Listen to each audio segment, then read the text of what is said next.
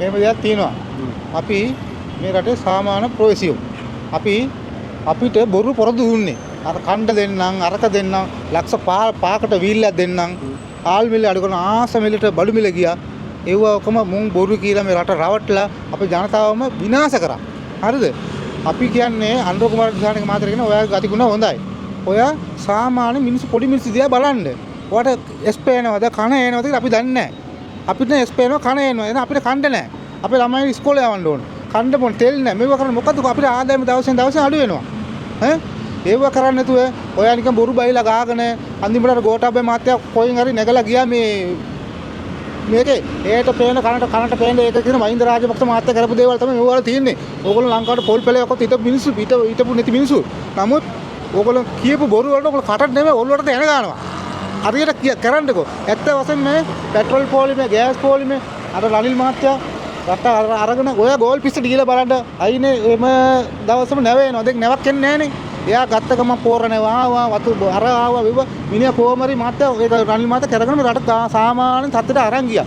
ඔය සජිතුයි මුන් දෙන්නම එකතු වෙලා මේ රට විනාශ කරා. ලංකාව ආයෙ ඇදන්න බෑ. ලංකාව ඇදන්න හොඳ අලුතෙන් හොඳ පරපරක් ගෙනල්ලා මේක අදලා මේ රට කොට ගන්න. මොකද ශ්‍රී ලංකාව කියන්නේ මම රටවල් 3ක හිටපු මිනිස්සයා. ශ්‍රී ලංකාවේ පොල් සම්බලුයි රතවල් බතු කාපු කම අපිට බඩ පෙන්නවා. දැන් කඩේට යන්නකෝ බත් එකක් දෙන්න පිඟානට බෙදලා. ඔක බඩ පෙන්න කන්නත් නැහැ. මොන කරන්න කරත් කමන්නේ. අපි කියන්නේ අනුර කුමාර මහත්තයාට නම් වෙඩි කාලේ ඉඳන් හම්බෙන්නේ නැහැ. මොකද දන්නවද? මේ කරපු විනාශයට අපිට S2 කඳුල එනවා. තේරුණාද?